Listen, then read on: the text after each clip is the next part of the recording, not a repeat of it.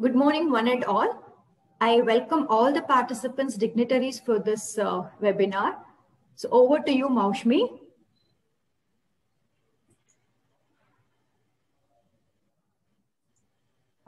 So a very good morning to everyone present here. I am Maushmi Nayak from 8th semester BCom LLB and I'll be anchoring today's session. So today's webinar has been organized by our very own Consumer Law Advocacy and Research Center, or CLARC, in association with the Citizen Forum of and Civic Action Group, or CAG, and Consumer Rights Education and Awareness Trust, in short, CREATE. CAG was founded by S. Govind Swaminathan, a legal practitioner and the former Advocate General of the state of Tamil Nadu, as a non-profit, non-political, non-religious, voluntary, and professional citizens group based in Chennai, India. It is an organization that works towards protecting citizens' rights in consumer and environmental issues and promoting good governance processes, including transparency, accountability, and participatory decision-making. CREATE is a consumer advocacy group that's engaged in promoting and strengthening the voice of consumers and representing consumers in various policy-making and advisory bodies. It has also collaborated with various educational institutions and colleges and has been recognized as a knowledge partner. CREATE also works in areas of governance, regulatory affairs, citizens' rights to public service, right to information, etc. And CLARC is a consumer forum that was established in 2019 by BMSCL with the assistance of CREATE, with the primary object of helping students and faculty of BMSCL to understand the emerging trends in the field of consumer protection. The objective is achieved through conducting independent research, field studies, dissemination of information, publications, and organizing seminars and workshops such as the one we have today. So I would like to begin by extending a warm welcome to our esteemed panel of speakers today, Mr. YG Muralidharan, the founder of CREATE, Ms. S. Saroja, Executive Director of CAG, Dr. Sudeep, the Consultant Endocrinologist at Apollo Hospital, Jayanagar, Srimati Ramya Mahesh, a Nutritionist and Dietitian Center Manager at Apollo Sugar Clinic, Jayanagar, and Dr. Swati Bharadwaj of Vital Strategies. I would also like to welcome our principal, Dr. Anita D'Souza, and all our faculties and students who are present here. So let us begin this webinar by calling on Mr. YG Muralidharan to deliver the welcome address. Over to you, sir. Okay. Thank you, Gayatri, and thank you. Dear friends, I once again welcome all for this program. I find a number of NGOs have already registered their presence, and it is very good. Sir, you need to be little closer to the mic, sir. Yeah, we are not able to hear you. Okay. Now? A little more, sir. Or is it only me who is not able to hear? No, you're right, actually. Yeah. Okay. I will try to increase the volume to the maximum. I have increased. Now it's okay? Yes, sir. Much better. Okay. I will not take much for these things. I'll just see that I'll just introduce the topic to you people and then introduce you and then hear the lectures. Welcome to all participants, more particularly to Saroja from CAG Chennai, Swati from Chennai. The CAG group has been doing a wonderful job, and CREATE has been very fortunate to collaborate with CAG for the past almost 25 years. And even before Saroja joined, I was participating in CAG's activities. And of course, CAG was one of the inspirers for me to set up CREATE in Bangalore. And I remember still the old days when CAG gave me the support of material, information, and infrastructure facilities for CREATE. And of course, with a large number of contacts that we were able to establish through CAG. And of course, Saroja is partly Bangalorean. She has done her law in Bangalore, so she knows what is Karnataka and what is Bangalore. And of course, the topic today is very important, not from the consumer point of view, from the general people point of view. Particularly in the context of COVID, there is the whole behavior of the consumers have changed. They are demanding more healthy products, more products with organic contents, And I think this is a good development and one of the unintended effects of COVID, though I can call it so. So people are demanding more information about the products. And today's topic is very much beneficial to the young people, particularly who are fascinated by the online groceries, online medicines, online supplements, and also many things. The very fact is that any number of studies have been done about labeling requirements in this country. Very recently, we had the Center for Science and Environment coming out with a very big study and telling that most of the products which they tested had a high level of sugar and fat and salt contents. But I remember one experiment done in UK, where they have started what is called as traffic signal system for food labeling, where red indicates high contents of sugar, salt and fat and saturated fat, and amber signifies the medium, and the last one is green, which is low. So such type of easy labeling is not available in India. That's the whole problem. So much of information is there, it is confusing for the people, common man, to know what is there and what is not. Recently, many cricket fans would have seen Virat Kohli's advertisement of taking that, what is that, Yumo, something that he says that the chips is not fried, but it is baked. Now, another laboratory experiment shows that particular chips has low content of salt, but very high content of sugar. So this is being manipulated by the labels on the products.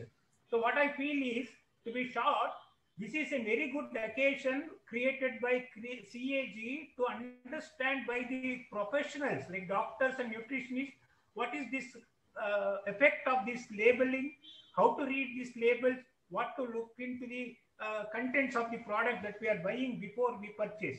Particularly when the packed foods are coming, I think labeling is very, very important.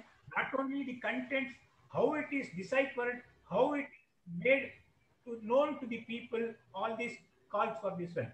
And I hope students and the NGOs who are participating will take the lessons and try to bring changes from their house first, from their children, from their parents, and see that some healthy food is eaten by them rather than going for this fascination through influencers, advertisers, and online advertisements. So this is the basic idea of this program.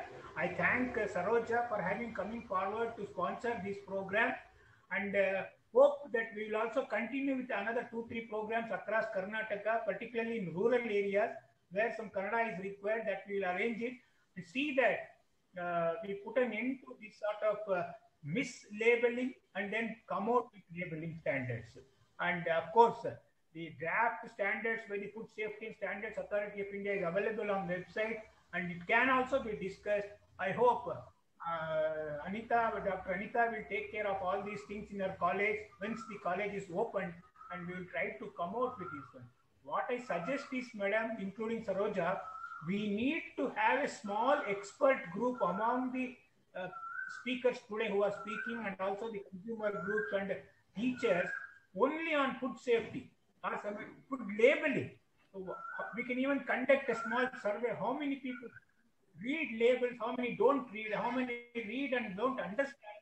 All these can be sorted out through these sort of seminars or webinars. And I hope by the next program we will do it offline itself, because we will be able to get more effectiveness in this subject, technical subject. We will organize offline, provided the government permits us to do so. So with these introductory words, I welcome you all these things, and hope the proceedings will go on very well, and I will be very eager to know the conclusions, recommendations, so that we can go forward. And thank you, Saroja, thank you, Savita, and thanks Gayatri and Dr. Anita. Thank you. Yeah, thank you, sir.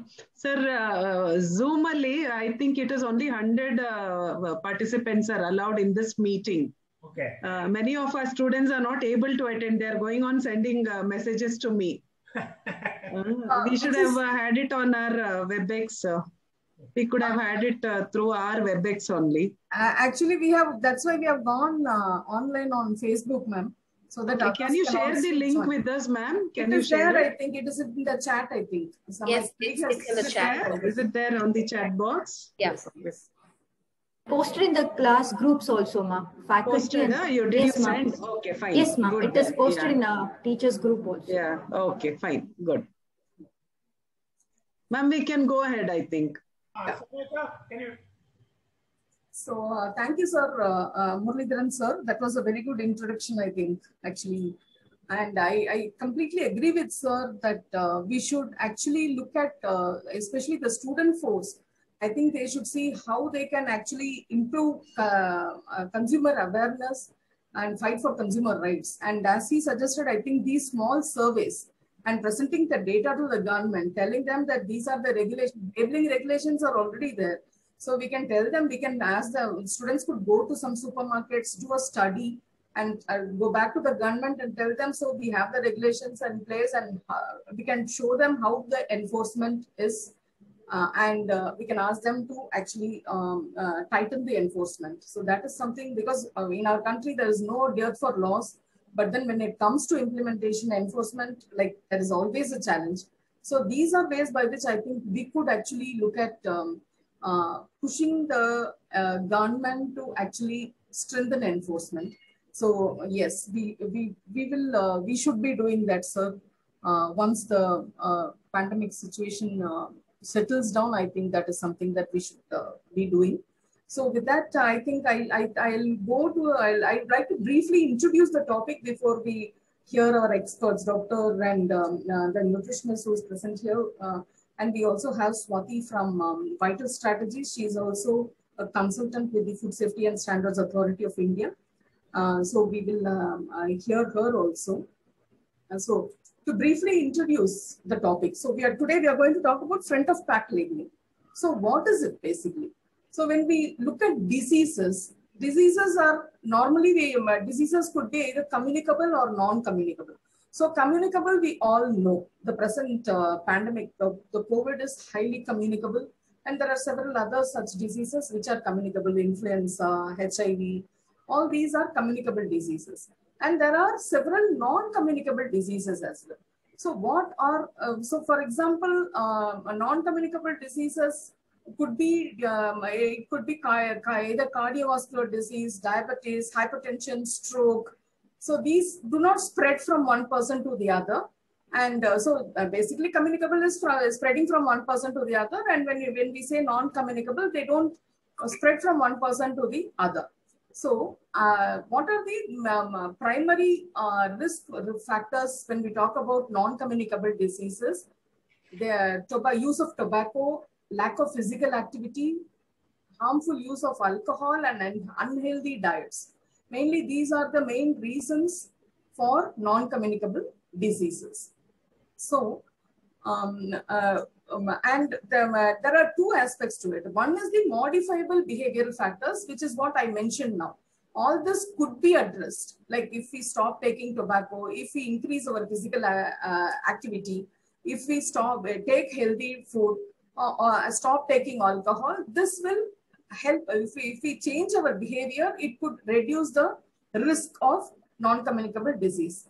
There is the other aspect called the metabolic risk factors. So what are the metabolic risk factors that contribute, that increase the risk of non-communicable diseases? One is raised blood pressure, hypertension, overweight, obesity, and sugar, diabetes, hyper sugar levels and the increase in fat levels in your body. So these are the metabolic risk factors. So what are the reasons? How does this happen? How do you get hypertension? What could be one of the main contributing factors for one person becoming hypertensive, for gaining weight, for becoming a diabetic, and for increase in cholesterol levels? What could be that? It is the diet.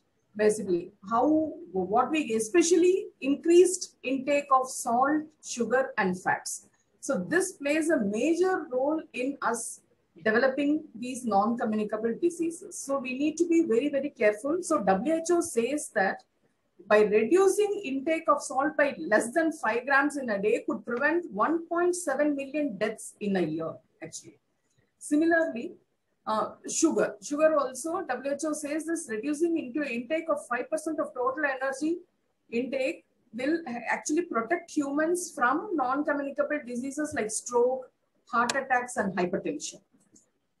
The same with fat as well. So WHO again says that reducing saturated fats to less than 10% of total energy intake will protect one from NCDs, non-communicable diseases.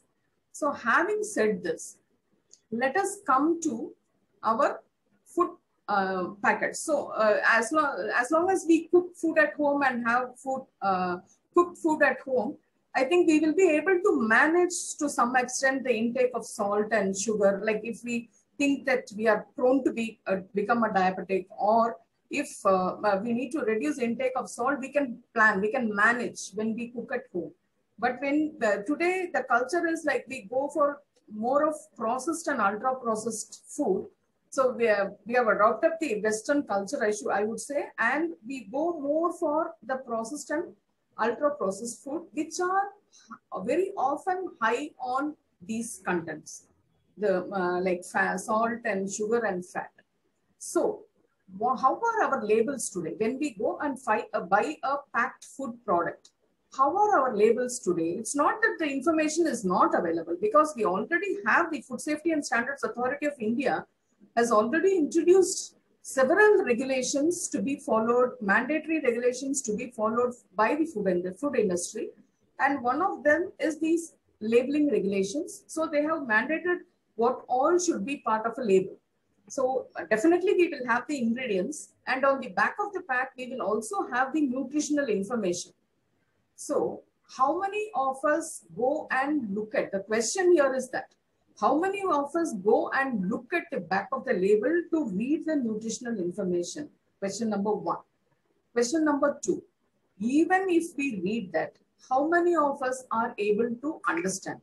That is question number two, because there are several, whatever nutrients are available in that food product, everything is listed there. So we don't understand, we don't know whether it is good or bad. Like in case they say salt this much, sugar this much, fat this much, we don't know whether it is actually within the specified parameters, or if it is high, and also if it is good for our health. So most of us don't read, that is the fact. Second, even if people go and read the information, how many of them are able to comprehend the information? So that is the other question.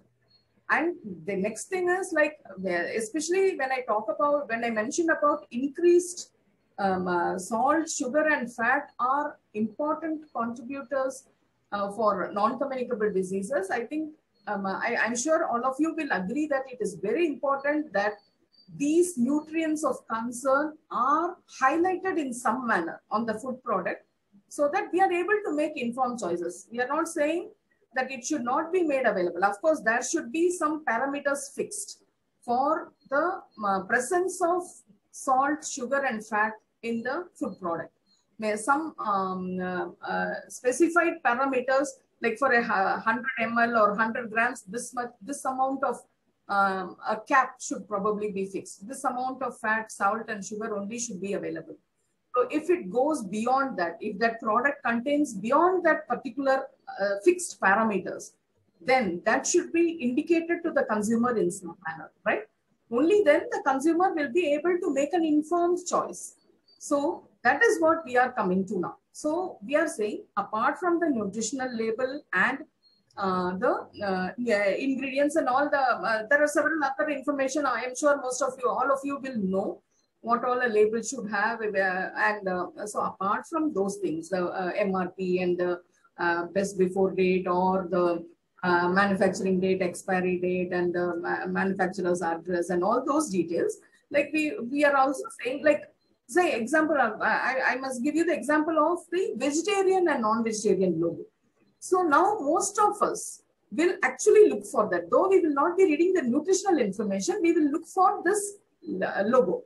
When we buy food products, immediately when we take something, we will look for that logo, whether it is green or red. And there is this brown as well, but very often we look for the brown for if the product contains egg, it is brown. Normally we will look for this logo, right? So it is like they have come up with this to identify vegetarian and non-vegetarian food, and we have gotten, and it has been widely propagated, awareness has been created that today all of us look for this. So considering the risk of high salt, sugar in food, which is associated with non-communicable diseases, which is very much on the rise globally, we think that it is very important, even the government, not we means not only we, government also thinks that it's very important to have this front of pack labeling, where we will highlight if that is the salt, sugar, if that particular food product has is high on fat, salt and sugar, then that should be indicated in some manner in the front of the pack. It could be a color code or something very simple, a warning to the consumer to say, oh, this product is on high salt, sugar and fat. So if it is something that I really love, could be anything, like a food product that I love, I have it like probably four times in a week, and and it is high on salt. Then I am hypertensive. I go to my doctor. My doctor tells me reduce intake of salt. So what do I do then? I still want to have this product. So what will I do? If I have been taking 4 times in a week, I will try to reduce it to 2 times in a week, right? So that because it is giving this warning to me that it is high on salt. So when I see the label, immediately in my mind, I will want to, like my doctor has already advised me. At the same time, I want to have this also. So what will I do? I will try to balance it in some manner. So instead of taking 4 times in a week, let me try twice. So that is how I reduce the intake of salt. And this warning is given to me in the form of this front of pack label, which is a very clear warning to me. Like sir was mentioning about traffic light labels. He is right. Some countries are still following, but then there is a challenge actually. Now they are finding this out that it is a bit confusing for the consumer because there are 3 color codes. And there is the salt, sugar, and fat. Supposing one food product is high on salt, medium on sugar, and less, it is not high on fat. It has less fat or 0 fat. So then it will have 3 colors. It will be like one will show red, one will be yellow, and the other will be green, and it could be very confusing for the consumers if there are and for 3 different nutrients. So it is no longer a preferred choice actually.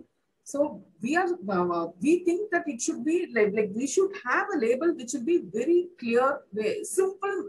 Within seconds, when I look at the label, I should be able to say, oh, this is high on salt. Then I should think twice before I buy this. This is high on sugar. I'm a diabetic. Should I buy this now? Maybe I should buy this later. So for me to make an informed choice, this front of pack labeling, very good. So the government has been considering this for a while now, actually. So they have, it was already part of the 2018 draft regulations, and then other aspects of the regulations were notified, but only the front of pack labeling did not see the day of light. And subsequently, they have been working on it, and it's still, the process is going on. So we are hoping, and it is required that the government comes out with very effective front of pack labeling so that consumers are able to make informed choices, and they are able to reduce the intake of salt, sugar, and fat in food, which will help in reducing the risk of non-communicable diseases. Thank you very much. Now, who's the next speaker? Sorry, Savita? Doctor? Dr. Sudeep, sir. Sir is available. Good morning, sir. Yes, please. Good morning, everybody. Yeah. Over to you, Maushmi. Yes, ma'am. So, our next speaker, thank you, ma'am, for that enlightening introduction on the topic. Our next speaker for the day is Dr. Sudeep, who's going to talk to us about the harm of high fat, salt, and sugar consumption in our health, which, considering our generation's changing food habits, is an imperative thing to know about. So before that, I'd like to invite Sriram from 4th semester 3-year LLB to introduce Dr. Sudeep to us. Over to you, Sriram. Thank you, Maushmi. It's a great honor for me to introduce Dr. Sudeep sir to this elite audience. Dr. Sudeep is a renowned endocrinologist practicing successfully for more than 15 years. He holds expertise in thyroid disorder treatment, gonadal disorders, adrenal disorders, calcium disorders, and osteoporosis.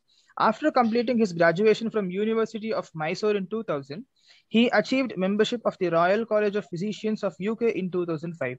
It was followed by the membership of the Royal College of Physicians of UK in 2010. In 2016, the Lions Club honored him with an award. He is an active member of the Karnataka Medical Council. Sir has served in various hospitals from 2002 to 2007. He has served as the Registrar of the University of Newcastle, UK in the year 2012. He also served as a consultant of the Newcastle Hospitals NHS UK in 2014 and Sagar Hospitals and White Lotus Clinic in 2015. Dr. Sudeep has more than 15 years of work experience in the medical field. It's a great honor today to have you with us, sir. I now request sir to address the members present online. Over to you, sir. Thank you for the kind introduction, and I thanks the Kriya Trust for inviting me to talk in the forum today. My talk has become very easy after Ms. Saroja's introduction. So she's actually covered what I was going to already say. I have can I share? I made a PowerPoint presentation, but can I just talk without the presentation, or can I use this? You can share, sir. We will make you as a co-host. Sure. Okay. Savita ma'am, can you make sir as co-host? Yes, it will be done. So while you're waiting for that, I'll just share one of the experience just from a couple of days ago. I had a pediatrician, a friend of mine, calling me saying that we had parents panicking about a 16-year-old with high sugars. I didn't really, I was busy in my clinic, so didn't really ask much about the patient. But when the patient came over to my clinic, I couldn't recognize him as a 16-year-old. He was 120 kilograms in weight.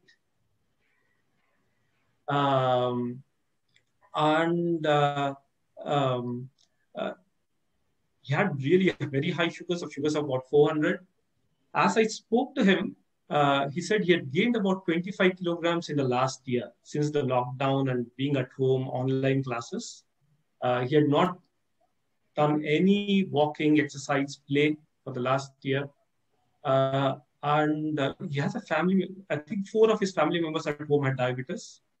And when I asked him about his dietary pattern, he orders Swiggy most days of the week. Though his mom cooks food, he doesn't often eat it. His favorite foods are, not surprisingly, French fries and donuts. So this is how our lifestyle has changed significantly. His grandmother was sitting next to him and saying, I always encourage him to eat vegetables and he never eats.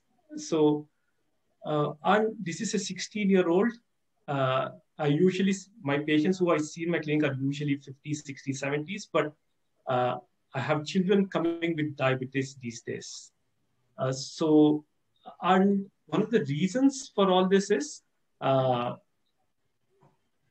what we eat.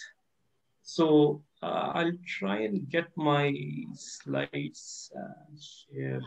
Share now, sir. You are the co-host. You can share. Yeah, my screen.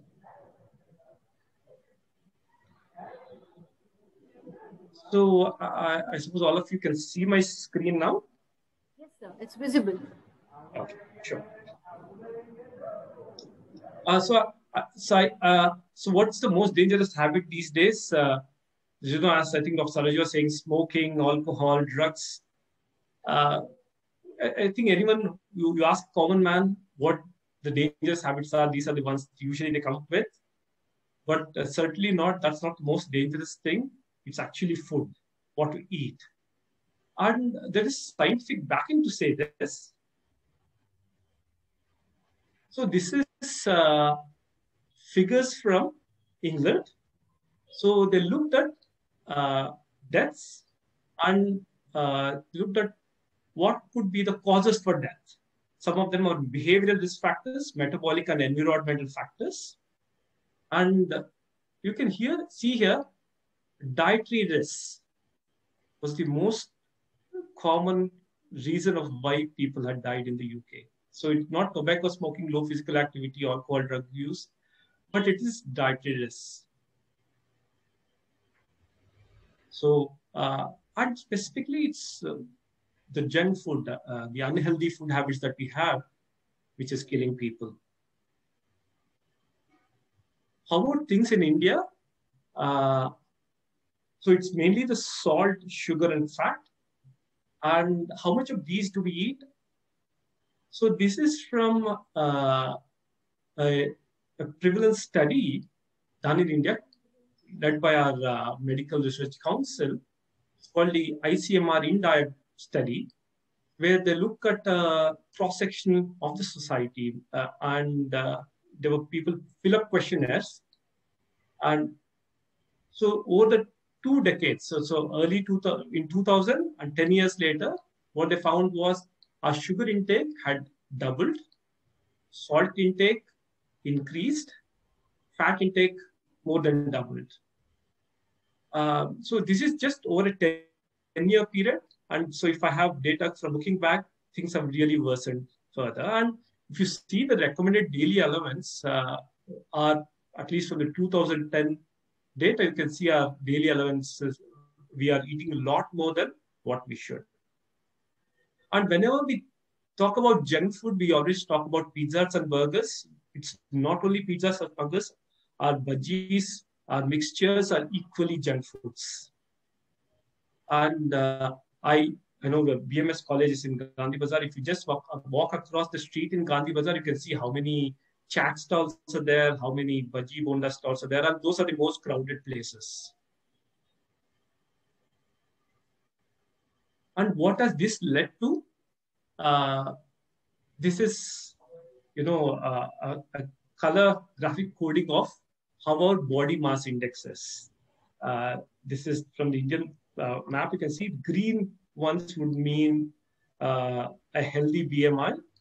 Red ones, orange ones are the unhealthy BMIs. And compared to 2010 and 2010, you can clearly see we are getting fatter and obese.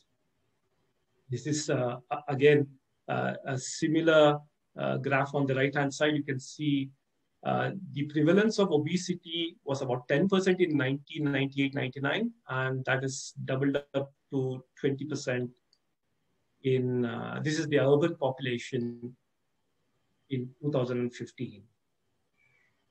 And what has obesity led to?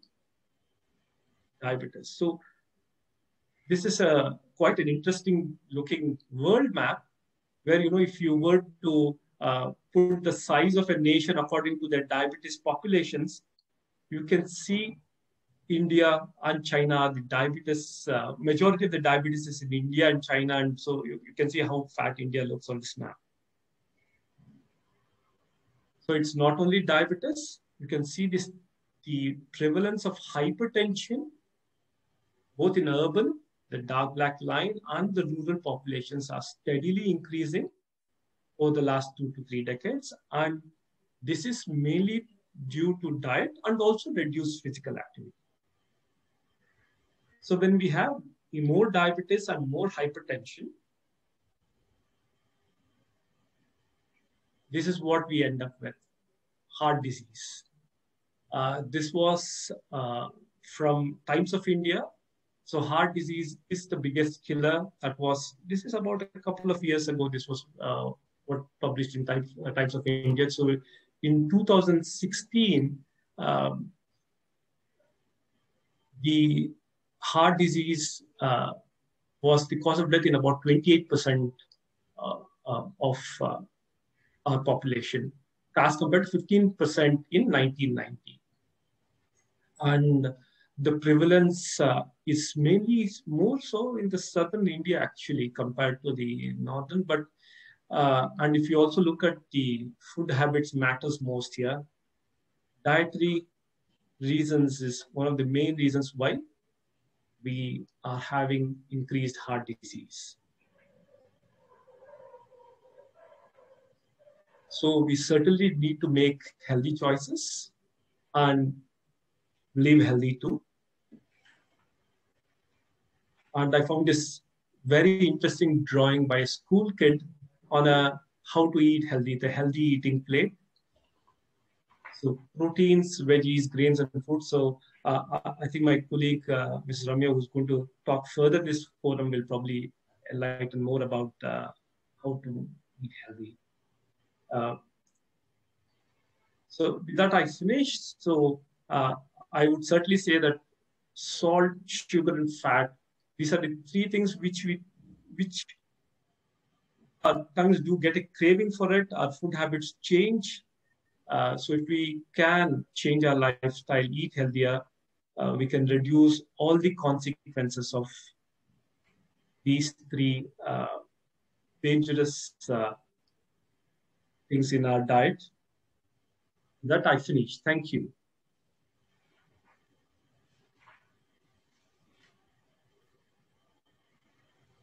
Thank you, sir, for that eye-opening information. The floor is now open for any questions that the participants have for Sudeep, sir. In case you have any questions, kindly type it in the chat box. I even have the Facebook Live on, so in case you have questions, you can also type it there. I'll read them out.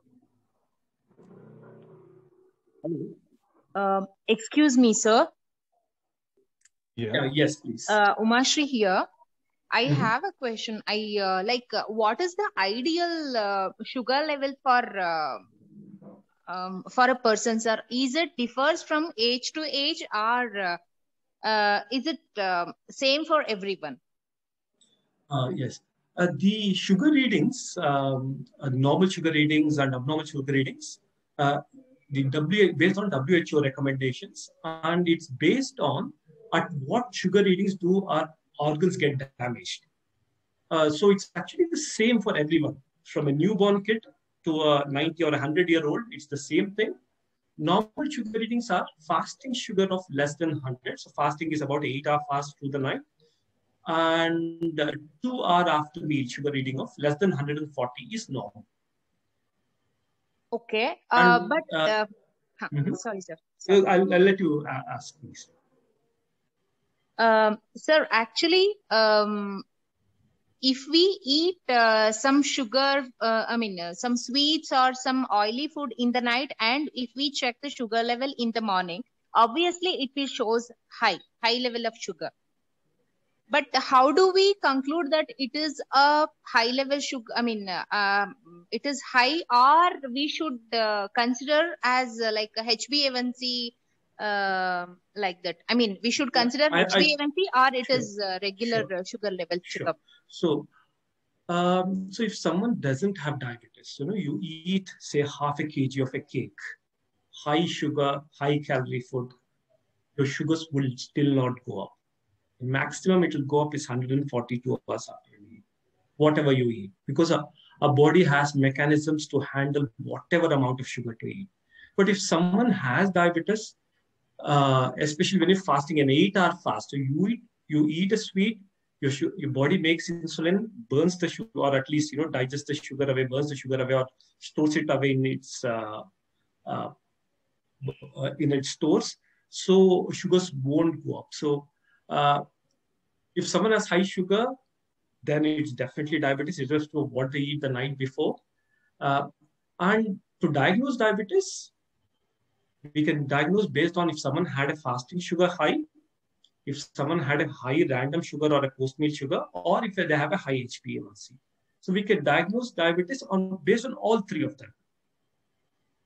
So I have some patients who have only high fasting sugar, but their HbA1c and after food readings are not too high. They still have diabetes because the risk of complications still is there. But I have a few patients who have only high HbA1c with not significantly high fasting or postprandial, but they still have diabetes. So we look at all these three criteria, but majority, I would say, have high all sugar, whether it's fasting, after food, or HbA1c comes back as high. Thank you, sir. Thank you. Thank you, sir. I really request everyone to post your questions in the chat box. We can discuss that during open house session. So we can move to the next nutritionist, Ms. Ramya Mahesh part.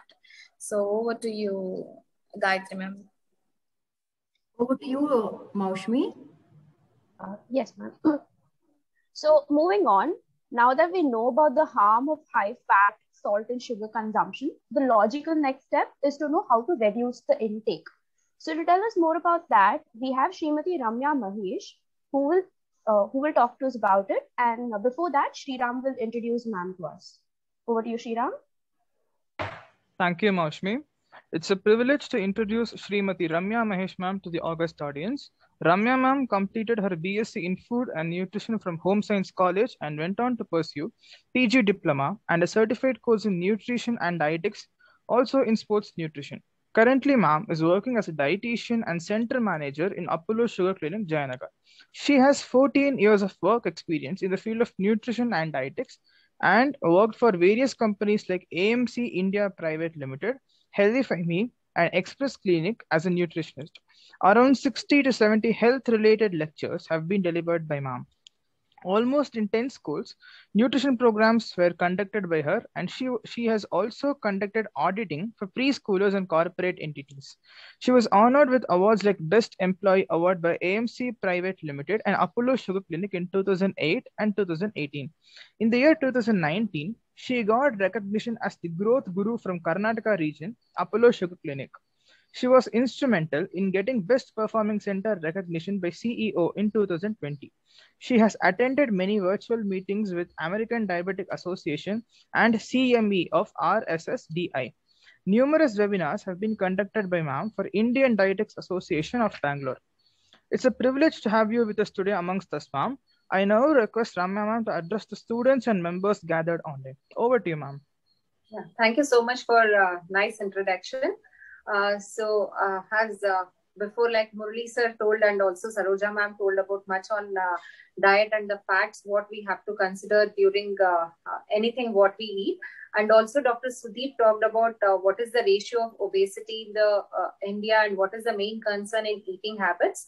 So I would like to present my slides on healthy way of practices.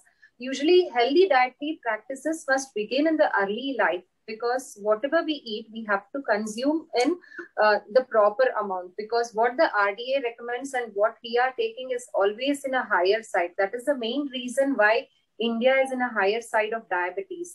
So when we cut down in the intake of food or in the intake of salt, we will have a healthier lifestyle. So healthy practices should start in the early life.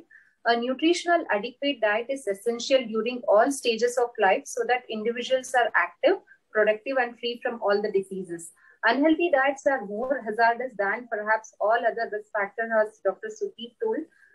Because of the unhealthy practices, we usually end up with overweight or underweight, or usually for diabetes or cardiovascular diseases. So what exactly we have to focus is, we have to focus on the 6 food groups, mainly the energy-giving foods, bodybuilding foods, and protective and regulatory foods, and also the fluids and fats. These are much more important in our day-to-day activities. So how exactly the plate should look like? As already in the slides it was shown, like half of our plate should consist of good amount of fiber and remaining should come from your carbohydrates and protein. Now, if you see an Indian plate or the way we eat, half of our plate is consumed with more of carbohydrates and less of fat and fiber. Fiber is very less and protein is also very less in quantity, because Indian ratios, or Indian, if you take any survey of Indian food practices, we take less than 0.8 grams of protein. So increase the protein intake and increase the fiber and cut down the carbohydrates and simple carbohydrates.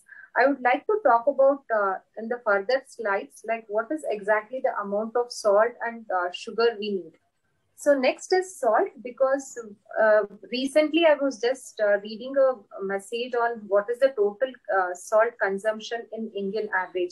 As previously said, we are taking 12 grams of salt per day. The required RDA recommends 5 grams of salt. Salt is very essential. It removes the excess water from our body, by filtering your blood through the kidney. This requires a balance of sodium and potassium in the body to pull up the water across the wall from the bloodstream into the collecting channels in the kidney. A high salt diet will alter the sodium balance, causing the kidneys to have reduced function and remove the less water, resulting in higher blood pressure. This puts strains on the kidney. It always loads the kidney with if we take additional salt. So we have to check what kind of salt we are taking. So checking the food label is very much important, because also we call it as nutritional facts label, a tool that helps you to choose the foods what you can eat and required to be on food packaging. As Saroja ma'am already said that food labeling is very much important, because we have to see what kind of salt we are taking. When it comes to salt, we should not only see the sodium intake. We have to see on sodium carbonate and sodium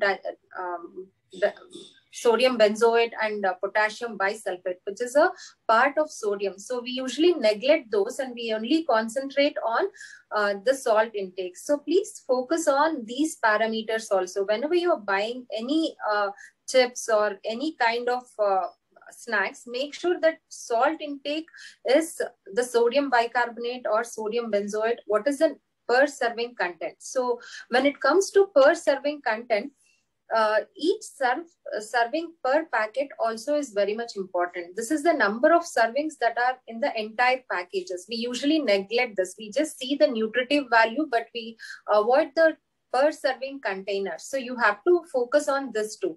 This is the number of servings that are in the entire package to find out the total amount of nutrients in the package. Multiply each nutrients amount by the number of serving per container. For example, if there is 3 serving per container with each serving size of 1 cup, the whole package contains 3 cups of the whole serving. So that is more important when you're buying any of your packages which has those labels. So there may be a misguide with this also. If you see like there is total calorie consumption per serving will always be lesser. But if you see total calorie for the whole packet, that also is more important in your food labeling. Calories are the units of energy, and we get calories from our carbohydrates, protein and fat.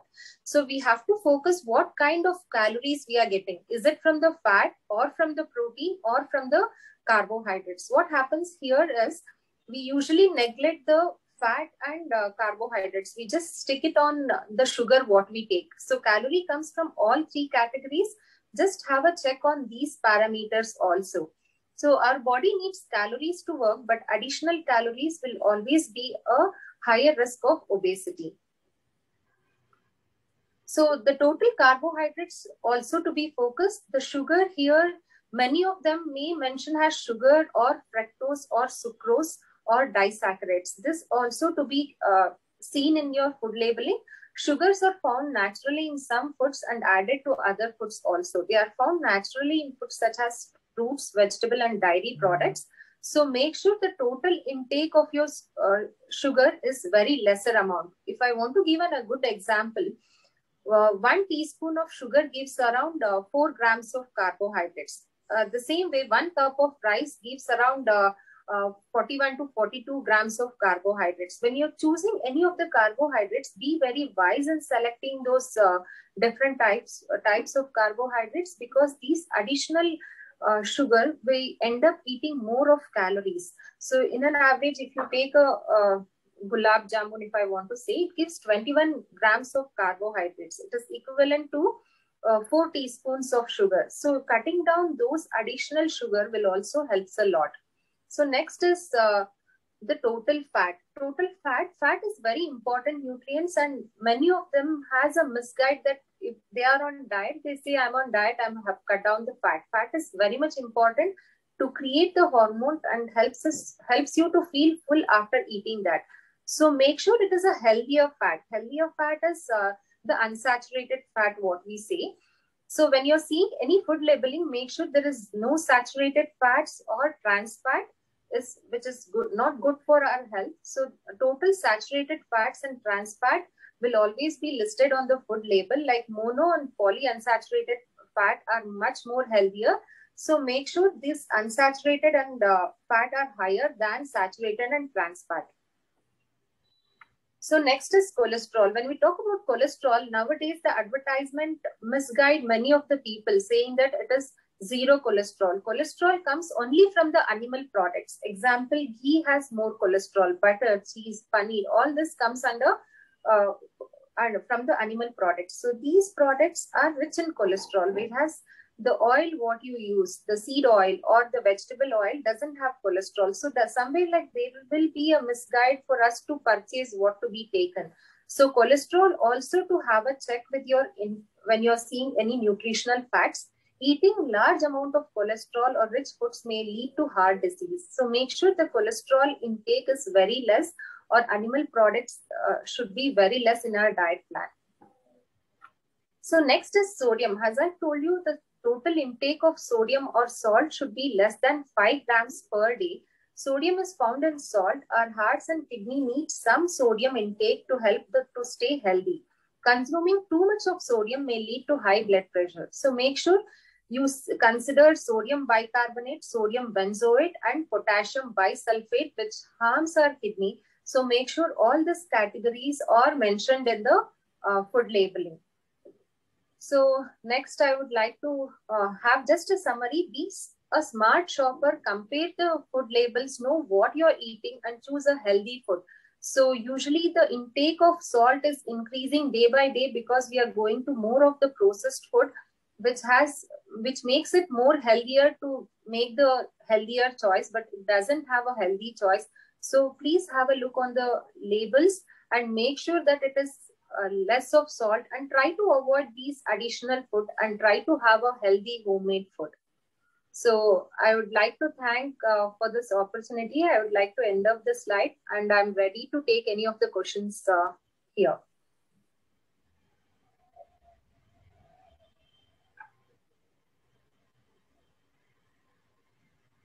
So if anybody has any questions, please type it in the chat box. Question in the chat box. There is a question in the chat box. Okay, ma'am, I'll read it out. So yeah, we can answer the questions in the open house. Yes. Can we specially demand the color coding for food deliveries by e-commerce vendors and additional district consumers clearance? Chicken delivered for a vegetarian Nova ordered by. Okay, is this the question? Yes, madam, that's a question. Yeah. So as sir already told about the food labeling and the color coding is very much important, because the total intake of either it is a vegetarian or a non-vegetarian, they have to make sure they have a food labeling on that, because any of the animal products has a high cholesterol in it. It shows the red labeling, which says that it is an animal product. Anything which is not used by any of the animal products should be mentioned as a green one. When it comes to cheese or butter, it is an animal product, but it shows as a green because we consider milk and milk products as a vegetarian. So they have not differentiated with the cholesterol or the animal products. Animal products has the red labeling. Was that answer clear, sir? Madam, I'm just posing a sort of intriguing question within ourselves, within all the group members. There was a case decided in February 2021 where a e-commerce platform Fresh Menu had served for Caprice Quinos, which is a vegetarian menu. The Fresh Menu had supplied chicken. So the consumer had taken it, and while taking it, having tasted it, he found out that it was chicken, and then he filed a case, and he won the case also against the 4th District Consumer Redressal Commission. The only thing which I'm here highlighting is, all of us, can we demand that the e-commerce platform should specify that green or red on the front labeling? Yes. That's the only thing. Yes, that is good, sir. Like they have to mention, e-commerce should mention like what food they have given, like the total value of each nutrients also should be mentioned, and also what they have added to it. The ingredients also should be mentioned with the labeling. So that is very much important. If a person is opting for a vegetarian and if they go for any of the animal products, they feel that is also to be mentioned in the group. Yes. Yeah. Thank you, Ms. Ramya Mahesh. There is also another question posted in the chat box, so we can discuss after two more sessions. So actually now, as per the agenda, Dr. Swati Bharadwaj should do. She is into personal emergency, so I request Ms. Sneha to do her presentation on food labeling. Afterwards, we can have Ms. Swati Bharadwaj here. Okay, over to you, Maushmi. Yeah. So next in line, we have one of our very own students, Ms. Sneha, 4th semester BA LLB, who is going to present on the topic of food labeling. So Sneha, you can begin.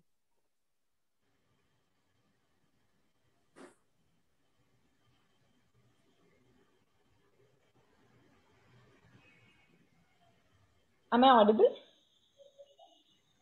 Yes, you are audible. Yes, Sneha. Okay. Good afternoon to one and all present here. I'm Sneha JS from 4th semester BA LLB, and today I'll be talking about front of package labeling and what are misconceptions we have when we think about packaging, the labeling in the front of the package. So at first, I would like to start with what is front of package labeling as such. Ma'am, next slide, please. Yeah. So basically, when you talk about what is front of package labeling, anything you see in front of a package, all the information that you get or you derive from front of a package can be called as a front of package labeling. It can include nutrition content, it can include your calorie intake, it can include nutrient claims that they are making. So for example, here I've given Kit Kat and Maggi atta noodles. So when you talk about Kit Kat, here they're giving you like per serving what is the calorie that is there. And when you talk about the masala veg atta noodles of Maggi, first thing it says it's nutritious, so we will believe it is nutritious. Second thing, it says atta, so we would think it's made of whole wheat flour. Third thing is that they're making a nutrient claim saying that it's high in fiber and iron. And lastly, they're also giving you the nutrition information below. So this is what is front of package labeling. Now let's go on to why is it so important or why it is vital for us to look at front of package labeling. Why should we talk about it? So it is important because it has a very vital role to play in consumer choice. It influences the consumer choice. Firstly, when they're making such open claims, basically when you see the package, immediately you're seeing such claims. So when you're seeing that, you feel that maybe this is a true claim. So when you think it is a true claim, just by looking at the package, just by looking at the front of the package, you feel like buying it just because you feel they're open enough, there's nothing to hide. They've not kept it somewhere where you won't see. Rather, they've kept it in the front of the package. So that means that something is true about it. So this is the first observation that you make about the product. So like as a consumer, if you do not know about the product, as soon as you're looking at the product, you're going to make some kind of a judgment based on the front of package labeling.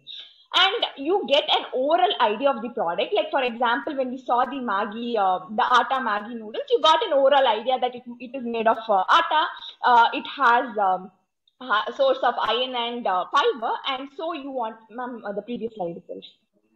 Yeah, so you have some kind of an idea of the product. So now I'll be talking about, I want to emphasize about the fact that we need some warning signals as the previous speakers have spoken.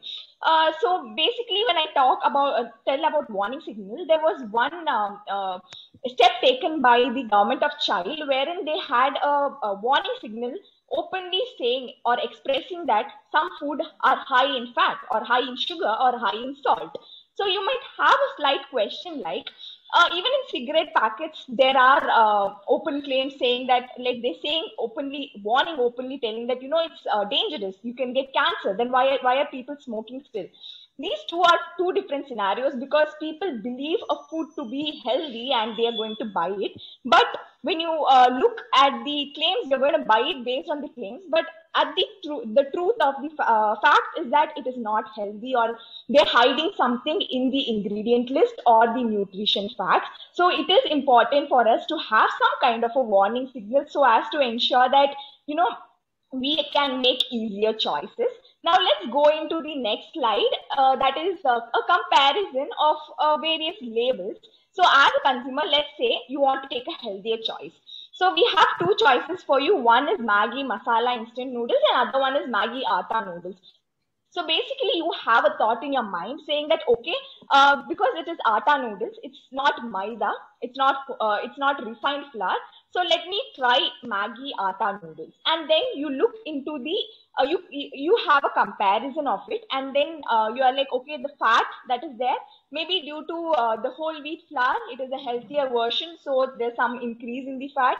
And then when you compare the sodium, there is a reduction in the sodium level as compared to the instant noodles. So just because you saw the term Atta there, no matter what, you just have a feeling that you want to buy this because you feel it is a healthier option. But before you decide, I want you to look into the next slide. I'll give you other options also, so you can decide after that. Here we have another brand, Naturally Yours, which is not very famous brand. So here now let's compare the Atta noodles, which has fat of 16.2 gram. But when you compare the other two noodles, which has fat of 0.55 gram and 0.76 gram. So you can see the drastic amount of difference we have. So basically, you wouldn't get such products easily available in the market. So at the end of the day, what happens is you're misconceived, thinking that just because it is an Atta noodle, it is going to be healthy. And now look at the sodium level. See the amount of sodium level, it's 1108 milligram in Atta noodles. And when you compare it to the others, it's 62 milligram and 38 milligram respectively. So you can understand that, just with the front of the packaging, you shouldn't get misconceived. Now let's move on to the next slide. I would like to talk about the ingredient, just one ingredient, that is Atta. Here, when you look at the, they mentioned in this as wheat flour, and the below one, they mentioned it as whole wheat flour. So what is the difference? Would a consumer think of what would be the difference? Basically, if as a consumer, you see wheat flour, you'll be like, Atta, okay, it is a healthier version, not Maida. But the truth is, even wheat flour is a refined form of flour. It is not whole wheat, it's not whole grain. So we need to understand this. Now I'll be talking about 4 important misconceptions in our day-to-day life. So to start with, I'm going to start with multigrain and whole grain. Ma'am, next slide. So there was a study published by the Public Health Nutrition. There were 2 experiments that they had. So they gave people two products basically. One that was having good amount of whole grain, but they didn't have any package labeling telling that it is made of whole grain or multigrain. But there was less amount of whole grain in another package, but they had a label saying that it is multigrain, it is whole grain. At that point, what happened is 47% of the people chose to take 29 to 47% of the people chose to take the one which was less healthier, not the one which is whole grain actually, which was healthier one. They didn't choose that. They chose the one which had more refined flour. Another experiment that they did was, they didn't tell about anything. Rather, they just gave the product. They told the people to look into the nutrition label and choose the product. At that time also, they gave one with refined grain, another one with whole grain. But nearly 50% of the people chose a refined grain product as a healthier version. So this is the amount of misconception we are having. So to just give you a gist of how to get out of this misconception, there is a table in the next slide. So here we are going to compare about what the label states and what the product actually contains. So when a label states that it is 100% whole grain, that means that there is no refined flour. If it is made with whole grain, then it may contain little or a lot of whole grain. And when it says whole grain, that means that it has up to 51% of whole grain. And when it says multigrain, that means that possibly there are multigrain, but it can be a mixture of whole grain and refined grains even in those multigrain category. So the next one is about natural juice.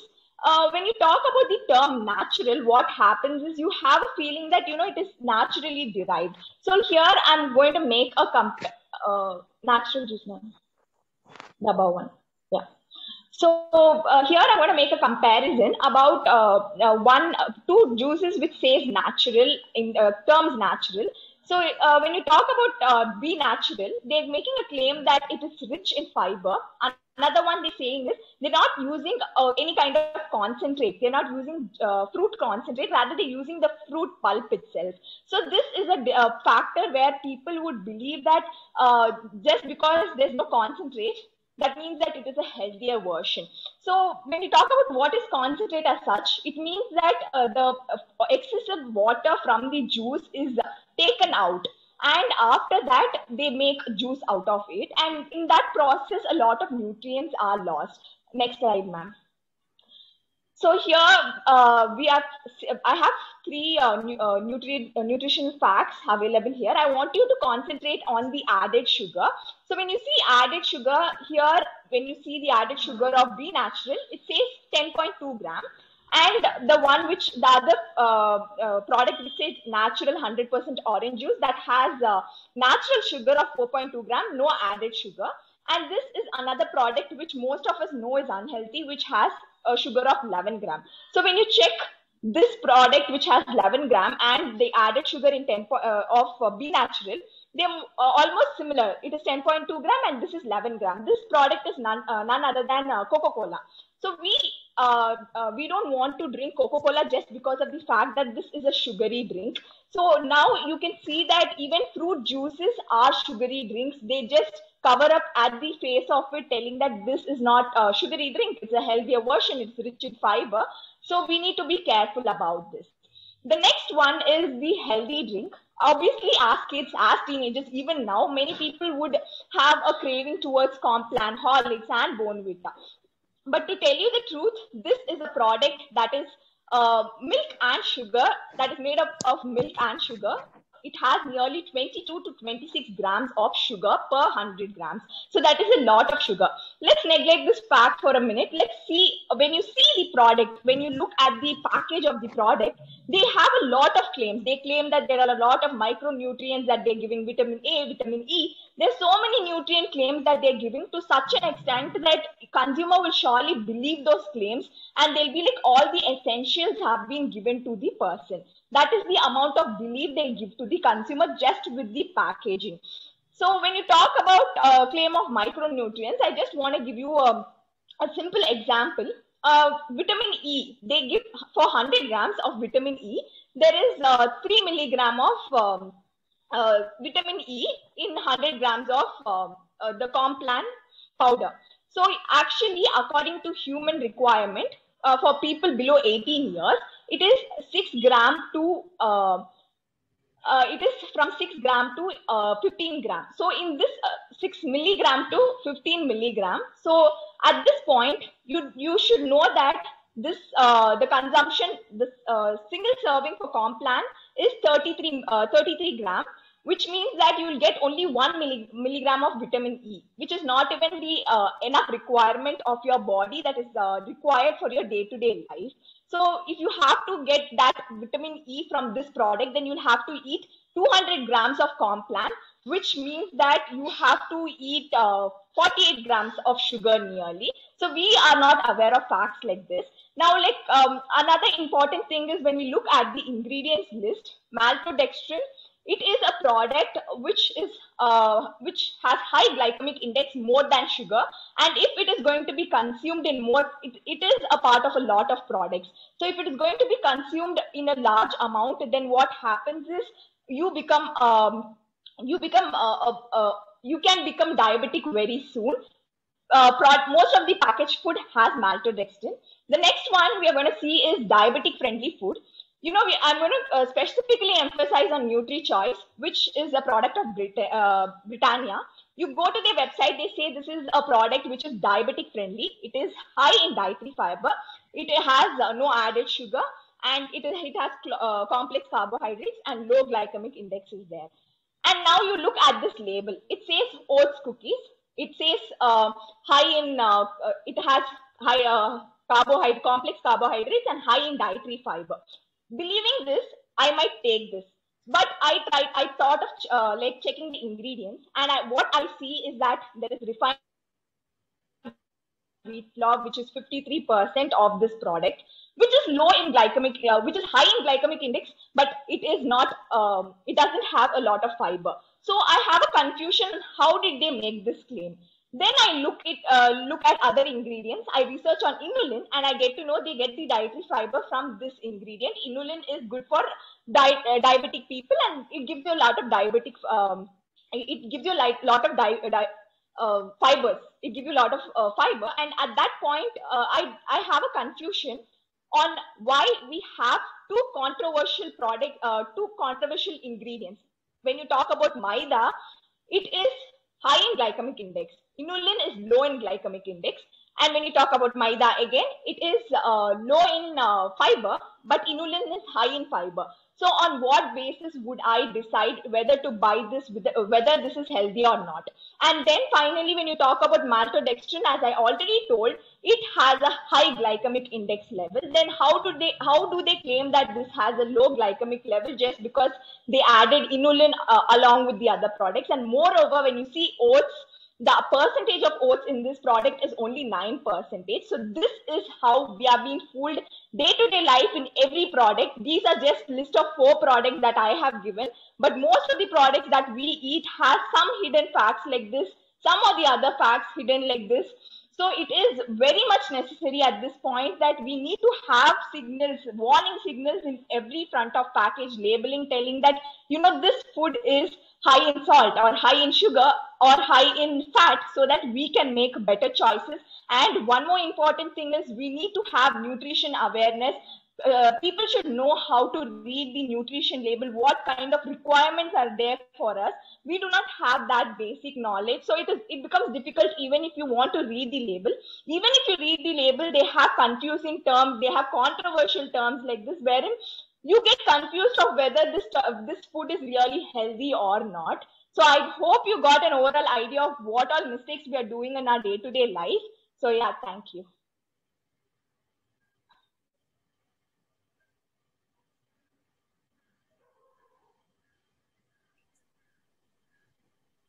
Thank you, Sneha. That presentation was truly educative. So is Dr. Swati available now?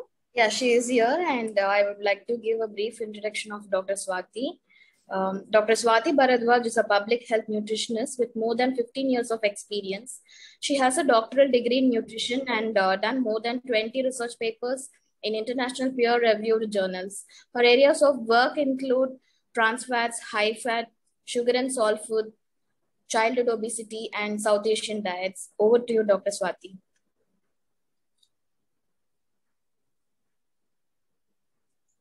A very good afternoon to everybody, and I thank the organizers for giving me the opportunity. Must say it has been a wonderful session from the beginning, given a lot of overview to everybody on why HFSS paying more attention to high fat, sugar and salt foods is important. What is the clinical implication of consuming foods high in fat, sugar and salts, which we often call are the nutrients of concern. I mean, they are taken up as negative nutrients if they increase a particular threshold. So a lot of those things have been done. What I'll be doing quickly is there are a couple of regulatory measures globally that have been taken to help the consumer become more informed with respect to what goes inside a particular food product with respect to these nutrients of concern. So what I'll be doing today is I'll take you across such, sorry, can we mute ourselves? Thank you. So what I'll be doing today is I'll take you through the different nutrient profiling models that have been adopted in form of front of pack labelings across the globe, and giving you both the pros and cons of each of these, and then it will be open for discussion. So allow me to share my screen, please. Can you please allow me to share the screen? Savita? Yes, Dr. Swati. Yeah, we are doing it. Just a moment. Yeah.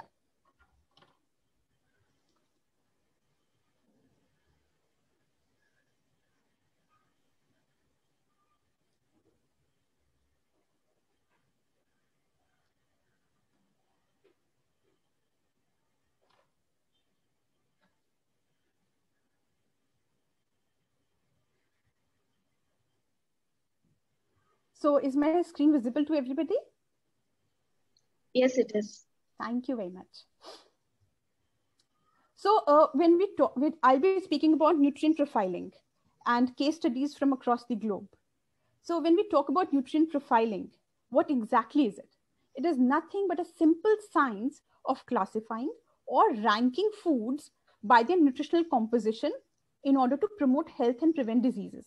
Like the speaker who spoke just prior to this presentation very, very nicely highlighted that there are faulty claims which are there, a particular food product we may consider as healthy, but may actually not be healthy. So what can be done so that the consumer becomes informed? We can simply arrange a particular food item or number of food items in a systematic order with respect to their nutrients. So arranging them in this way is called nutrient profiling.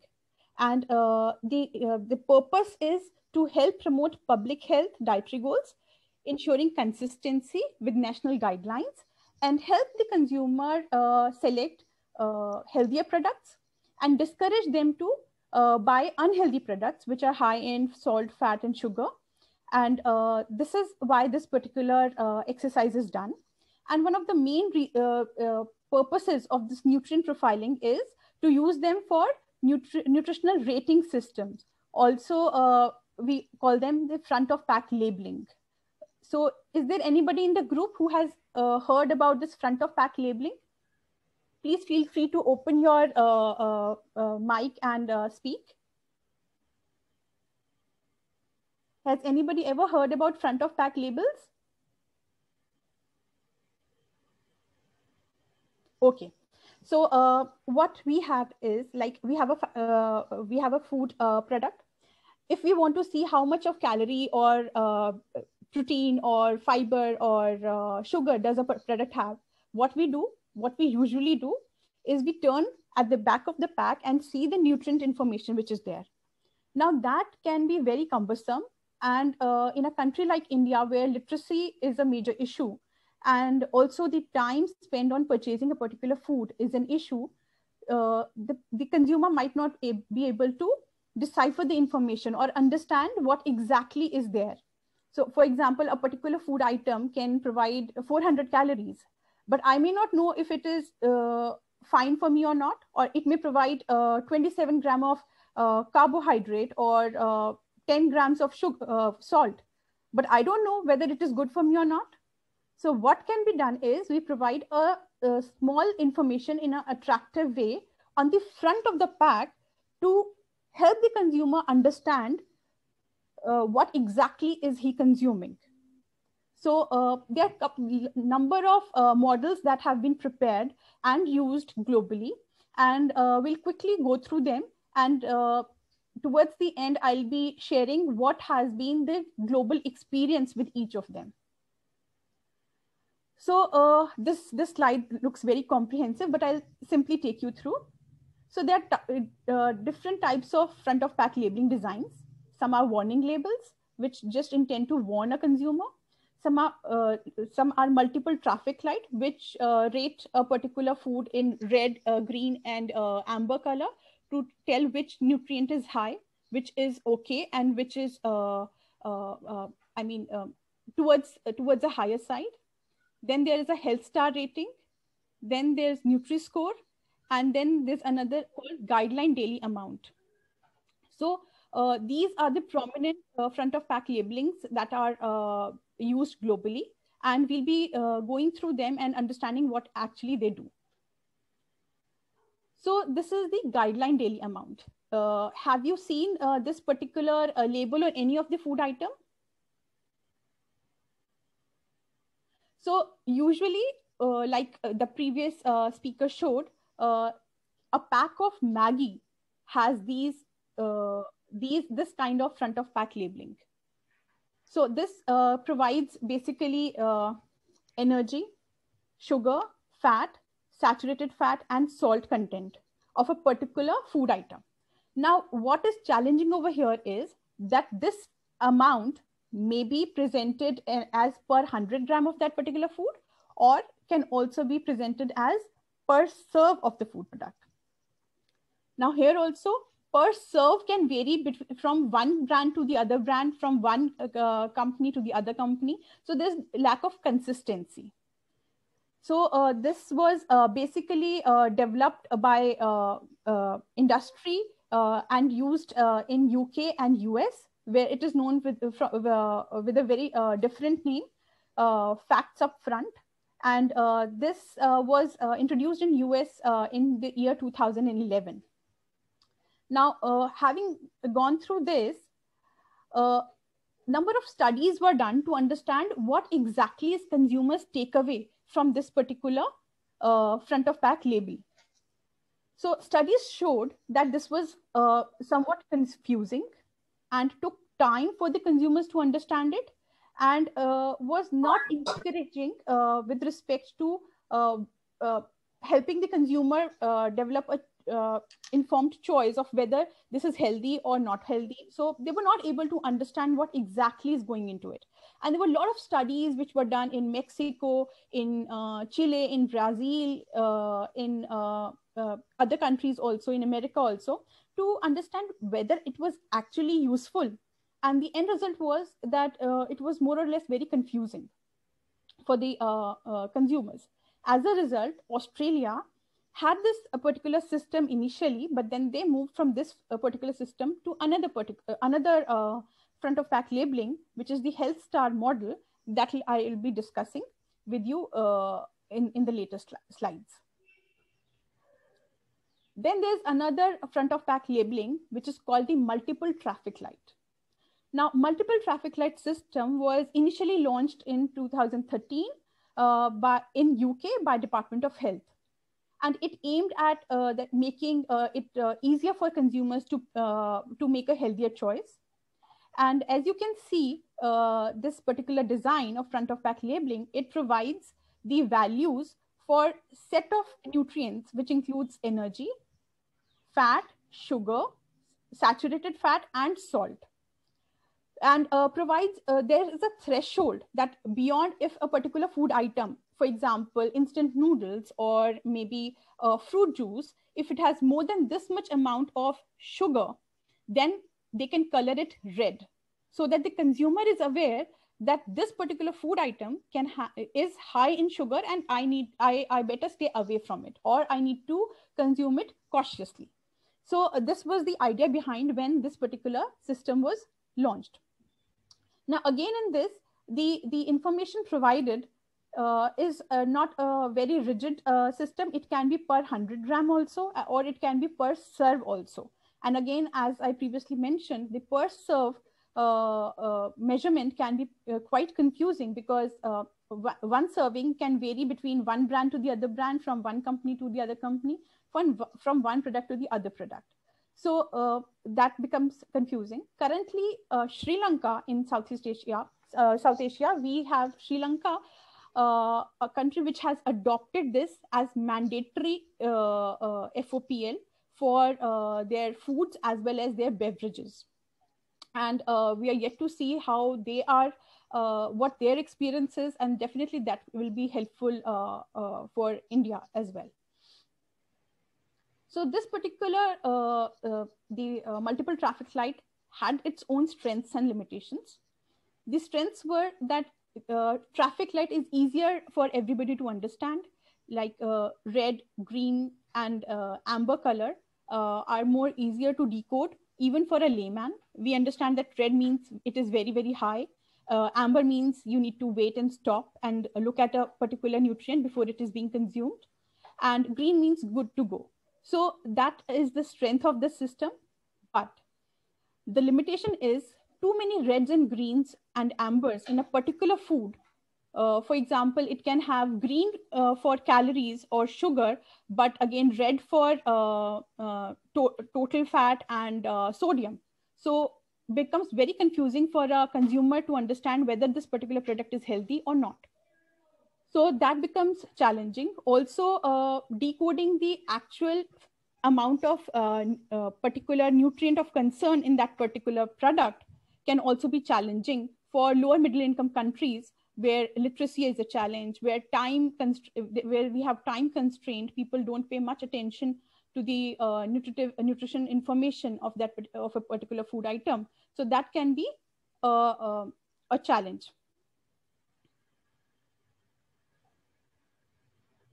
Now, this was again a very interesting front of pack labeling system called the Nutri-Score.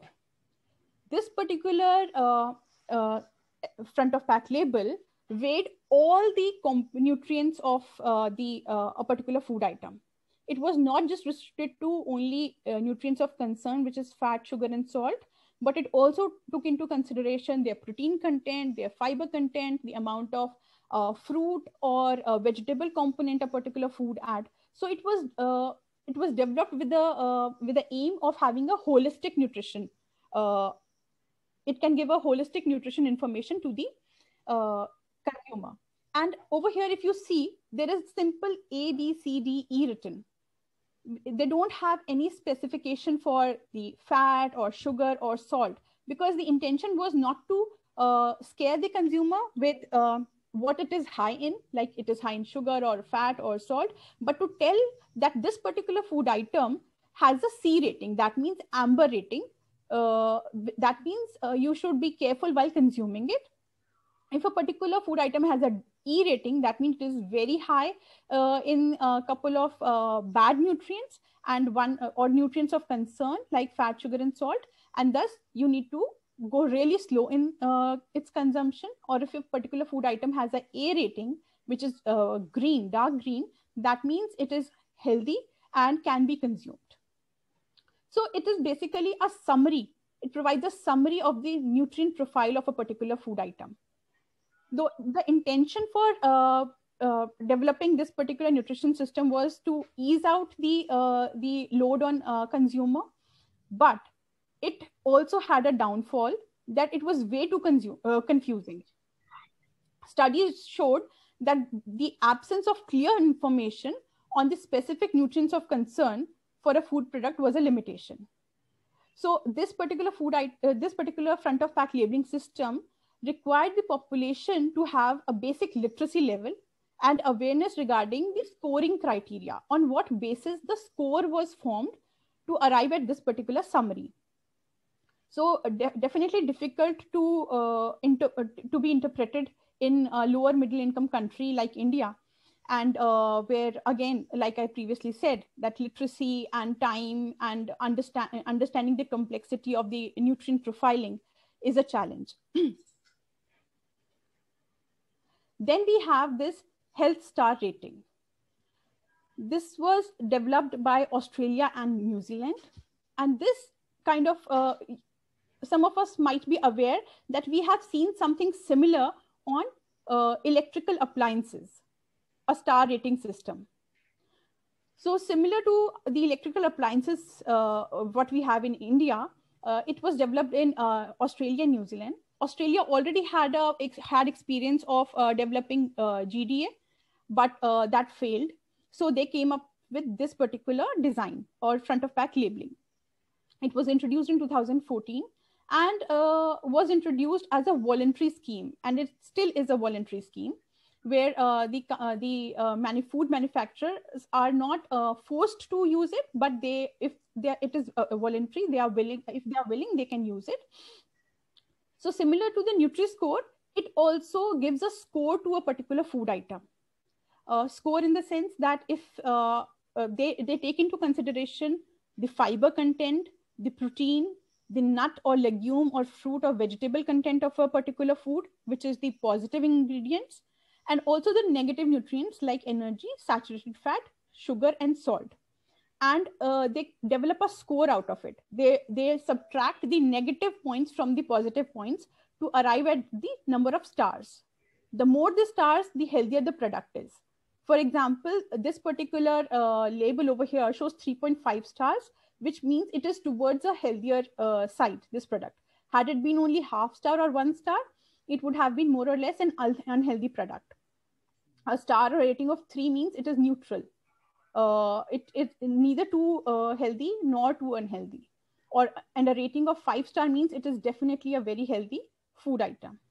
So again, over here, the consumers were able to compare 2 different products from the same food category. For example, if they have 2 biscuits, they want to compare, they would see that, oh, this particular biscuit has 3.5 stars, while the other biscuit has 2 stars. So definitely they'll be going for the one which has 3.5 stars. So within the category comparison was still possible. But when we say between 2 food items, the comparison would have been really, really difficult. So that also led to some confusion. So,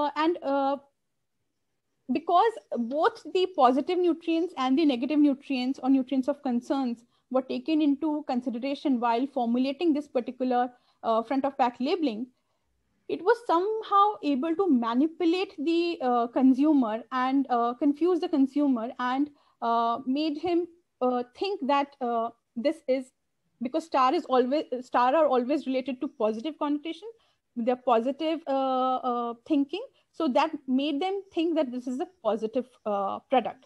So that also was a challenge, and thus this particular front of pack label was also not very successful. Then we have the warning labels. One of the most effective labels we have come across. So warning labels were first introduced in Chile, and Chile was the first country to make them mandatory for every food manufacturer to have the warning labels. So what did the warning labels do? They took 4 nutrients of concern, which included calories, saturated fat, sodium, and sugar. And they developed very scientific thresholds that, for example, if a particular food item, say namkeen, had more than this much percentage of sodium or more than this much percentage of saturated fat or energy, then they would classify that particular food item as high in sodium or high in calories or high in saturated fat. Or if a particular fruit juice has too much amount of added sugar and which increase their thresholds, so then they would label that particular fruit juice as high in sugar.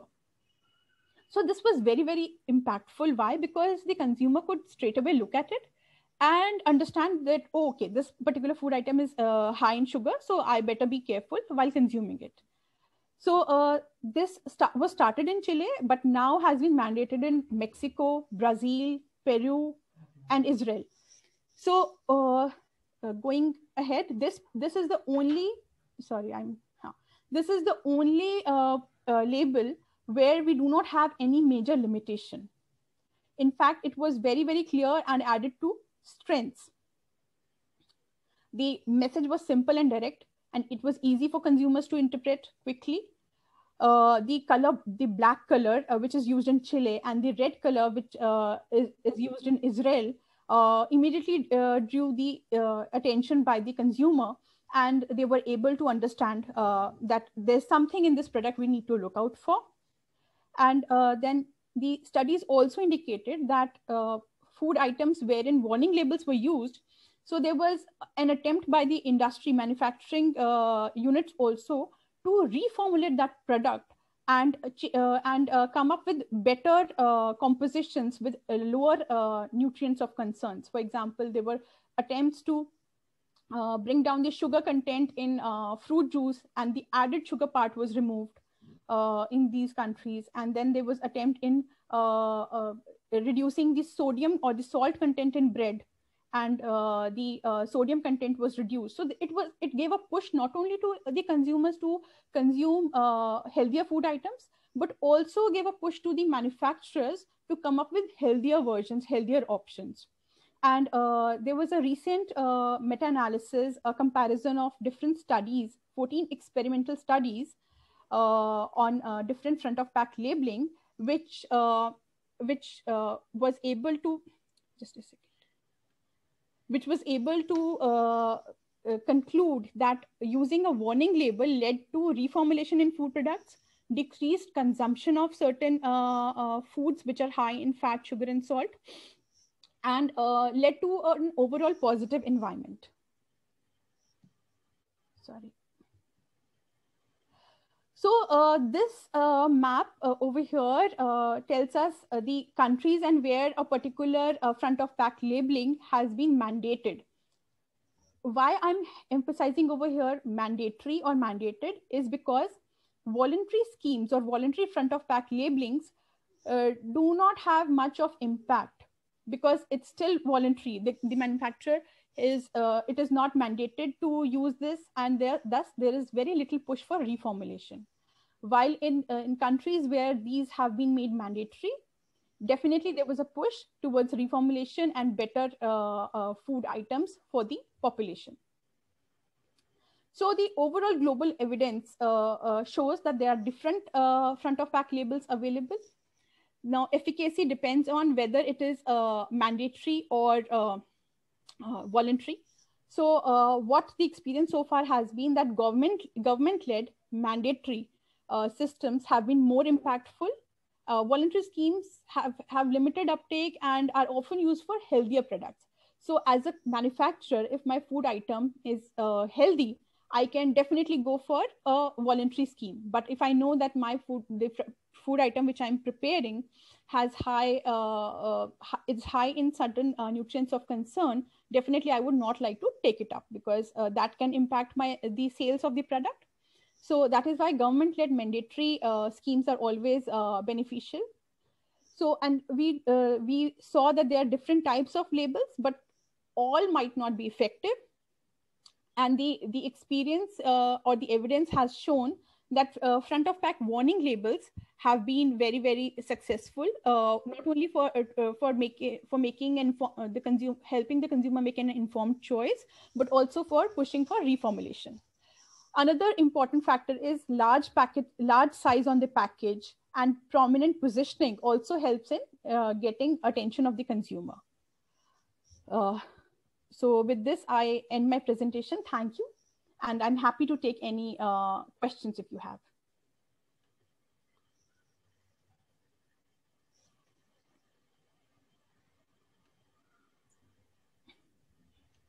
Thank you, Dr. Swati.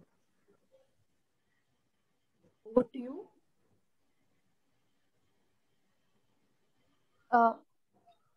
Yes, ma'am. So again, thank you for educating us on the different kinds of front of pack labels and how they work. So moving on, we now be dealing with all the questions that have been posed in the chat box. I will read them out and let you all know. So one question by Shrestha is that they make the A rating foods tasteless and other rating foods tastier so that customers go for these foods. Are there any control mechanisms for such manipulations?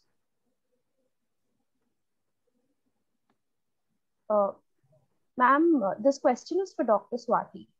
Yeah, thank you. A very, very valid question.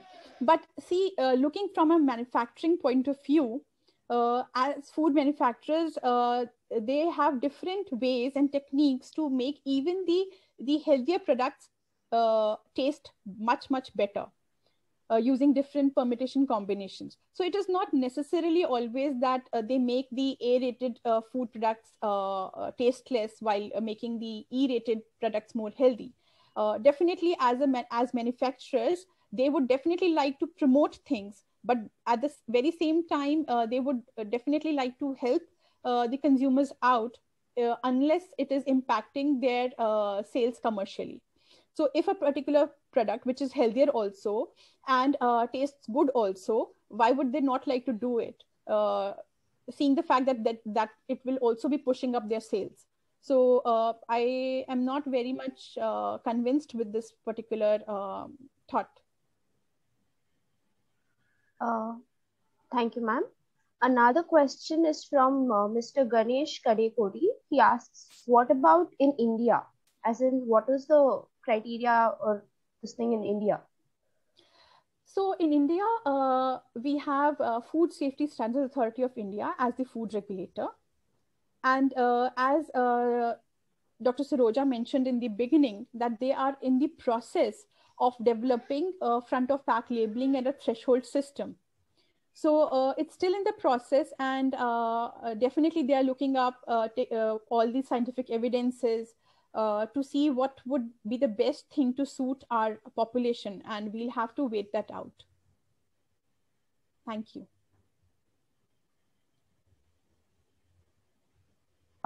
So this next question is to all of our panelists.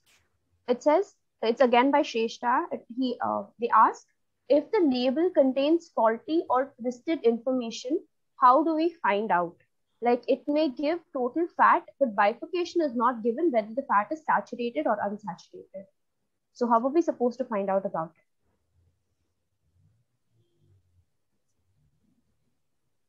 So can I comment? Yeah. So as per the labeling regulations, labeling and claim regulations, now the products have been mandated to declare the nutrient profile of a particular food at the back of pack, wherein the components such as total calories or the energy, sugar, carbohydrate, total fat, saturated fat, and trans fat has been mandated to be declared.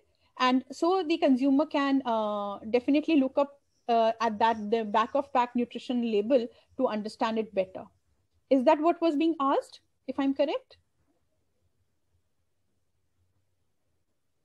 Yes, ma'am. The question was, what do we do when it's not mentioned specifically? But I think you clarified that now it's been mandated that they specify it. Yes, it has been mandated. Thank you, ma'am. So another question again. It says, all the processed food or packed food being loaded with preservatives or any other kind of chemical, which might be to increase taste or to preserve it for a long time. How do we find out whether it is safe for consumption, such foods that have been processed or loaded with preservatives?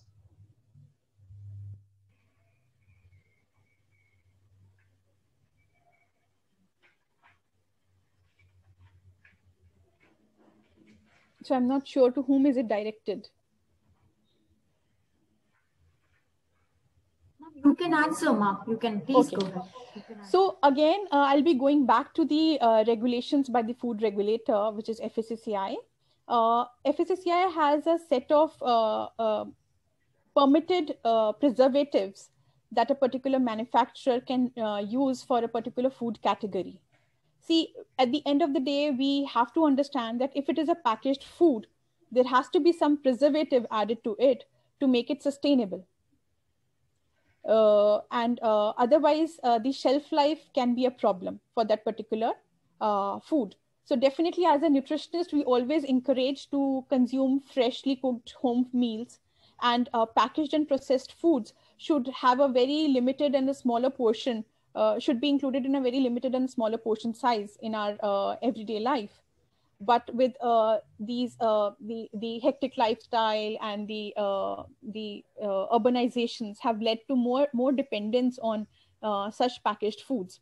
So while it is still a better and reasonable thing to rely on majorly home cooked meals, but at the very same time, from a food regulator and a manufacturer point of view, there's certain preservatives that have been permitted. Not only the type of preservatives have been permitted, but also their quantities. In what quantity is it safe for a manufacturer to use them in a product? That has also been specified by FSSAI. So definitely having a food item with preservatives versus a fresh food item has its own limitations. But with respect to the safety criteria that has been asked, I would like to highlight that these products have their own specifications, which have been specified by FSSAI. So more or less safe to go. Thank you, ma'am. Another question, which it's by Sneha, and she's asking, could you please explain a little more about the natural sugar that we get from fruits? Is there any need to limit the consumption of fruits as well? This is actually addressed to the nutritionist.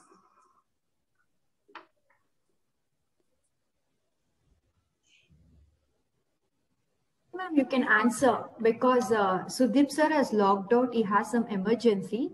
If you don't mind, could you please answer this question? Okay. What about Ms. Ramya Mahesh? Ma'am, even Ramya ma'am is not in the meeting. Okay. Okay, Dr. Swati, please. Yeah. So if I understood the question correctly, the question is that if sugar in fruit is safe or not. Yes, ma'am. And how are we supposed? Is there a need to limit the consumption of fruit because it also contains sugar? See, if you see the NIN guidelines, it says 5 to 6 servings of fruits and vegetables. I'll start from there. So the recommendation is 5 to 6 servings of fruits and vegetables every day, right? So with respect to that, when we talk about sugar in fruit, that is not just sugar, but also many other things. It is accompanied by fiber. So that and fiber and nutrients like minerals and vitamins. So there's no need to limit them when you're consuming as per the nutritive guidelines. There's no need to limit if you're already consuming in the recommended allowances that have been specified. It is the fruit juice that we ask to limit, because fruit juice is nothing but sugar of 2, 3, or maybe 5 servings of food taken together, minus the fiber. So that can spike up the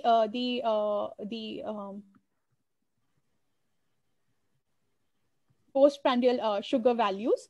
But with respect to fruit as whole, I don't think so that's a cause of concern, consuming whole fruit in the recommended dietary allowances.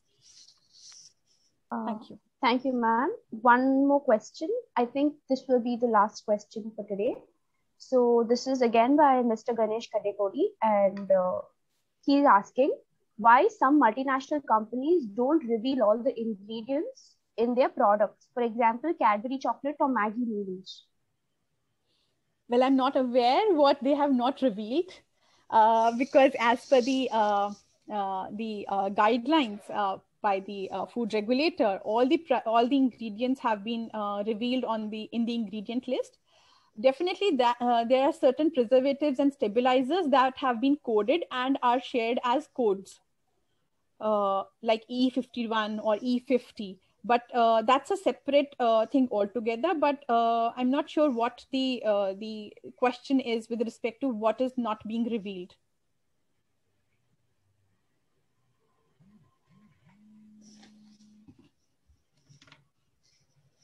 Okay, thank you, ma'am. So as we approach the end of this truly illuminating webinar, I would like to request Ms. Saroja to deliver the concluding remarks. Over to you, Saroja, ma'am.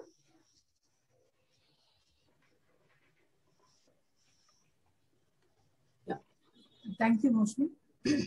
I think it has been a very good webinar. I would like to thank the college and Mr. Muralidharan Create for coordinating with us, for collaborating with us in organizing this. I think it has been really good. All the speakers have been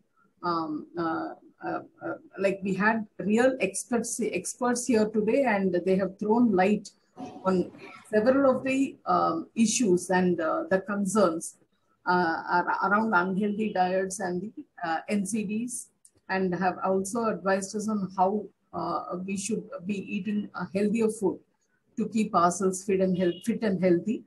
And I think, and I must also mention that Sneha's presentation was excellent, actually. So it was like what all of us are concerned about, basically.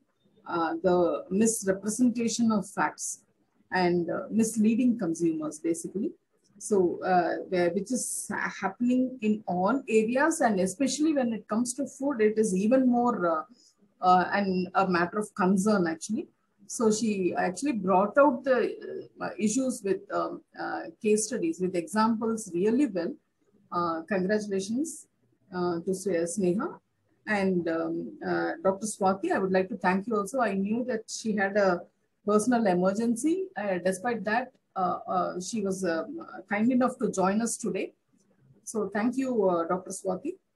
So we are actually, so the purpose of this front of pack labeling is one to actually, like many of us may not know about what this front of pack labeling is all about.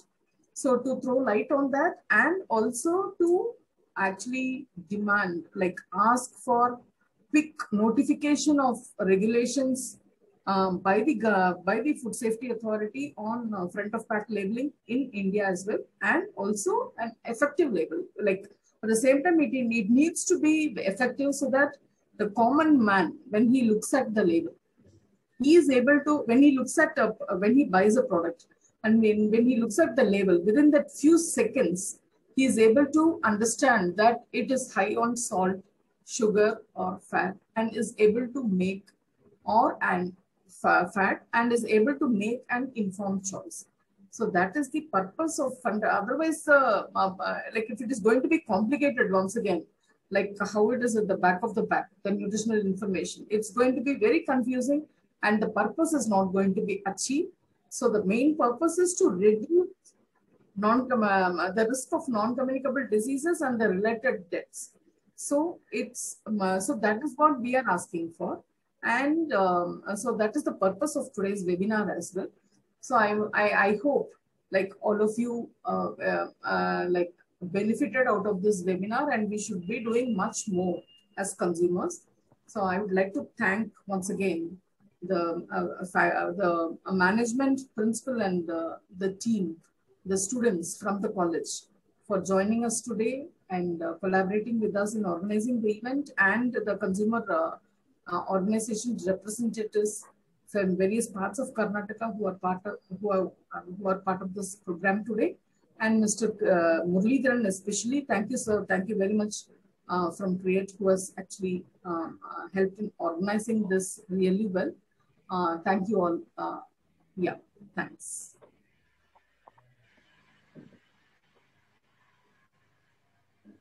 Moving on, I'd like to deliver the vote of thanks on behalf of FLARC in our college. Firstly, I want to thank all the speakers who have made time out of their busy schedules to enlighten us about foods that harm and foods that heal. And thank you everyone for being here.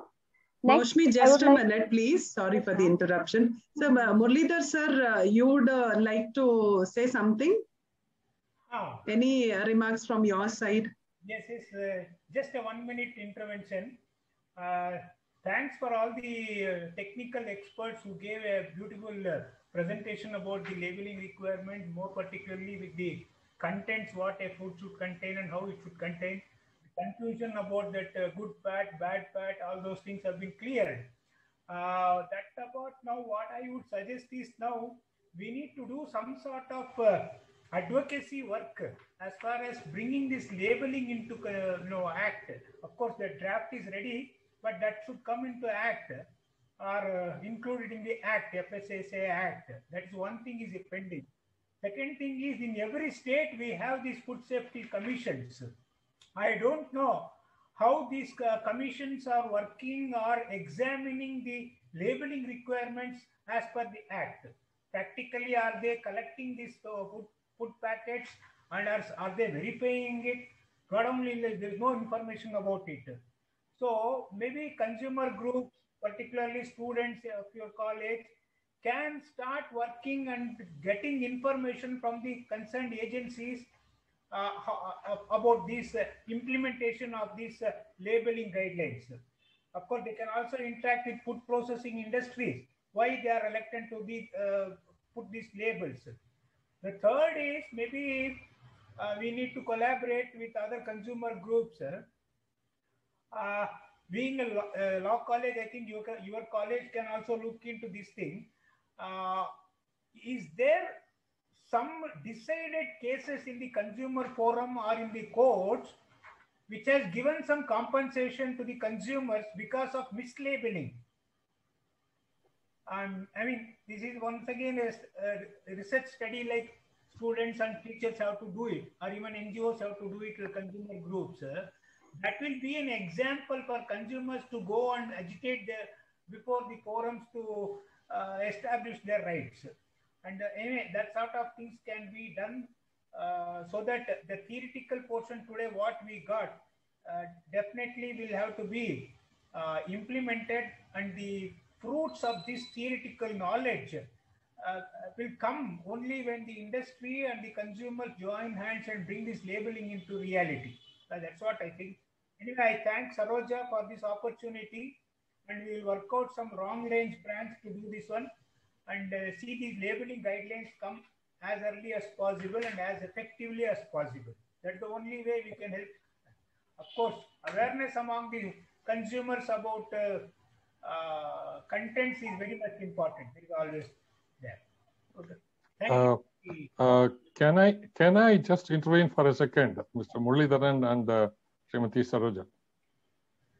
My name is G.R. Ramanath. So Muralidharan asked about any of the cases in the District Consumer Redressal Commission Forum. There is a case with the 4th District Consumer Disputes Redressal Commission in which was decided on the case against Food Vista India Limited. That's a fresh move. They had supplied chicken against the vegetarian dish of Capri's Quinnan. So that case is there. That's why I just initially posed this question, especially on e-commerce platforms where they send the food items. Can we demand as a sort of right from the consumer groups whether the e-commerce platform should make it mandatory to color code the contents? Because otherwise, that case which was decided, and this has appeared in Times of India on 15 February 2021, and against Fresh Foods, chicken being served for a vegetarian consumer. So there is a case which has already been there, Mr. Muralidharan. I just thought I would highlight to you on this. So as a sort of recommendation, can we send this also to the authorities that more specifically, nowadays, a lot of consumers, especially the youngsters, are getting food through the e-commerce portals. So either it is Zomato or other things. Can we demand that again, the specifically food content should have color coding on that? That was my proposal. Sure, definitely we can do that. We can, we can represent to the Food Safety Authority and also to the Consumer Affairs Ministry actually. So thank you. They had suggested, they had come out with amendments to the e-commerce rules. Yeah. So we could probably ask them to include this to be this could also be one of the suggestions that we can actually give to the Consumer Affairs Ministry. And yes, to the Food Safety Authority also, yes, we should be writing to them. Right, madam. Thank you. I'm sorry for having intervened. No, thank you, sir. That's good. Again, good afternoon, everybody. So I would like to once again thank all of our speakers, Sudeep sir, Ramya ma'am, and Swati ma'am, for enlightening us about all of the topics. Next, I would like to extend my gratitude to Muralidhar sir from Clark and Saroja ma'am from CAT for helping BMSCL organize this webinar. I would also like to thank Ramanath sir for shedding light on the case against Fresh Menu. I'm sure we'd want to all look into it. And also, I want to thank Sneha for her presentation. It was a truly proud moment for all of us. Next, I'd like to thank our principal, Anita ma'am, for her support in making this webinar happen, and also our faculty coordinator, Gayatri ma'am, without whom this webinar would not have been possible. Lastly, I want to thank each and every member of the faculty and student present here, and all of our other participants as well. Thank you everyone for being here. Thank you, Maushmi. You did a good job. Thank you, ma'am. Thanks. So, you need to unmute, ma'am. You need to unmute. Yeah, thank you so much, Saroja ma'am. We look forward to more of such webinars and activities in the college through your organization. Sure, ma'am. Thank you. Yeah, thank you. Thank you, Muralidhar sir. And all the best for your exams. Okay. Bye, everybody. Bye.